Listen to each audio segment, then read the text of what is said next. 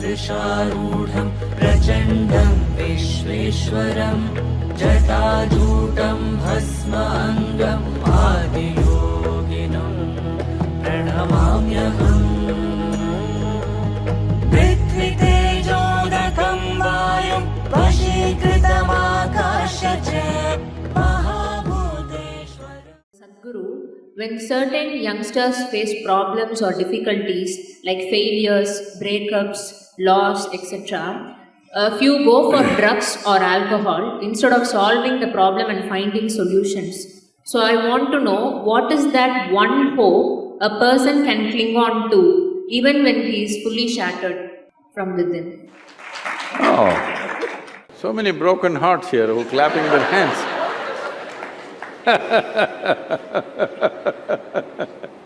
So, when he is fully shattered, what can he do? The question is, do you want to allow yourself to be fully shattered? That's a question. And many things that don't work out in your early life, you will see later on, it is a great blessing. There are many ways to look at this. Let me tell you this. This happened in 1941. This is just when the Nazi movement was building up in Germany and in some parts of Europe. So one day in Austria, a bunch of German soldiers came, broke into the homes, the Jewish family, a rich family, they broke the home and took away the adults, everything was robbed. And these two children, a 12-year-old girl and an 8-year-old boy, were taken away. They were taken to a railway station.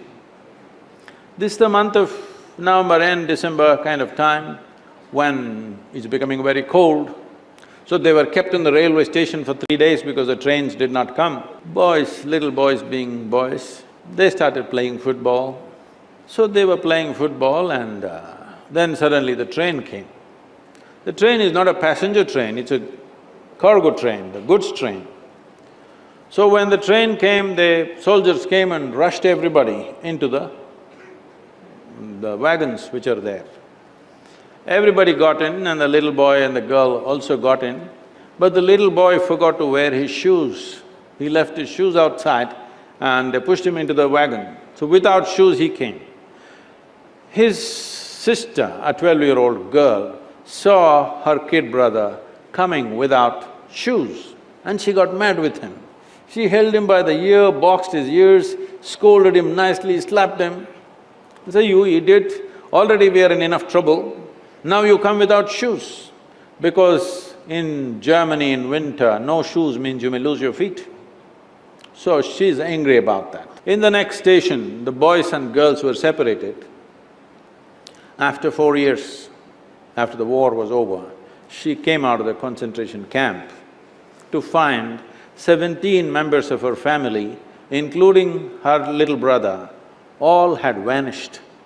No records, no sign of them, they just evaporated. At that time, the only thing that bothered her was the last few things that she said to her little brother. She loves her brother, but the last few things that she said to him were such terrible things, it rang in her mind and troubled her. These are the last things I told my brother and after that I'm never going to see him, he's gone. So she took a vow, if I speak to anybody in my life, I will speak in such a way, if this is my last word, I will not regret. This one thing transformed her life in such a way. She went on to United States, she died in 2006, she did some phenomenal work, built a hospital somewhere near Chicago, I think. She lived a fruitful life.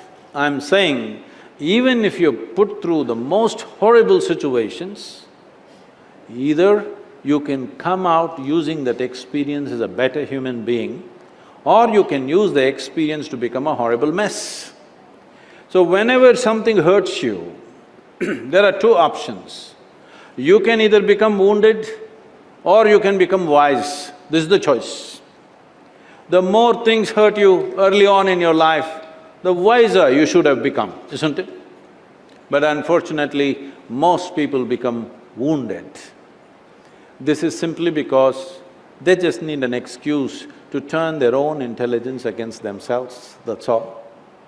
Especially if the world around you turns against you, is it not very, very important that your intelligence stands up for you? Not every situation which seems like a solution is actually a solution, and not every situation which seems like a problem is a problem. So, what is a problem? What is a possibility? It's like this.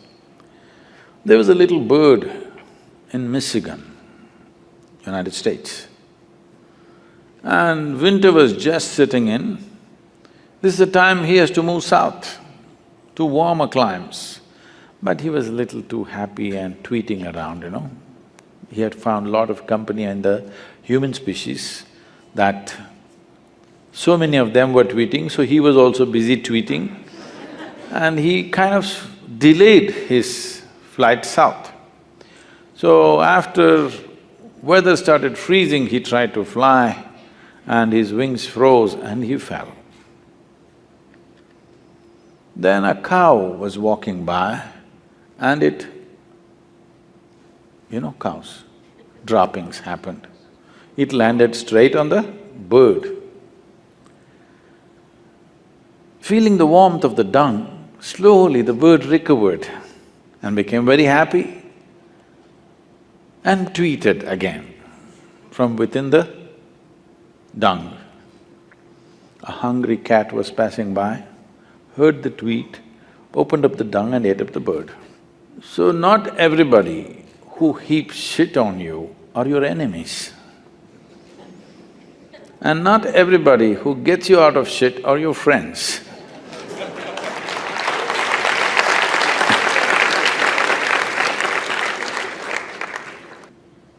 It is just that if you are equipped, if you have equipped yourself in such a way, no matter what happens, you know how to make it into a wonderful possibility for yourself. Because what life throws at us is not our choice always. We try to manage it to some extent, but it's not entirely our choice. Life may throw all kinds of things at us, but what we make out of it is 100% ours. If this one dimension, if we take charge of this, no matter what life throws at me, I will make this into a tremendous process for myself. Let it throw whatever. It doesn't matter what life throws at you, you will turn it into a possibility. You will not make anything into a problem because you are not a problem. This is a choice that every human being has, either for every situation. When I say every situation, there are only situations and situations and situations in our lives. When you don't know how to handle a particular situation, you call that a problem. What is a problem for you may be wonderful possibility for somebody else, usually is, isn't it? There are no problems in life, they're just situations. You can either make it into a possibility or a problem.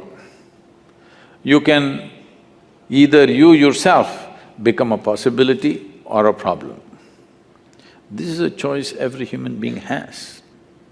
But to exercise this choice, you have to be in a certain way within yourself. Within yourself, you are in a certain state of equanimity, balance and exuberance that no matter what life throws at you, you will make it into a wonderful possibility. Life can throw all kinds of horrible things. Don't underestimate life, it can do things to you, yes? It can do all kinds of things to you. Most unexpected time, it will throw something at you that you did not imagine possible. The more active you are, more unexpected things happen to you. Yes. So instead of trying to control what life should throw at you, equipping yourself in such a way, no matter what it throws at you, you will make it into a wonderful possibility. If this one thing is done within the human being, then every situation is a possibility. Once every situation becomes a possibility, this human being will blossom to a full-fledged life. And this is the aspiration of every life, to somehow become a full-fledged life.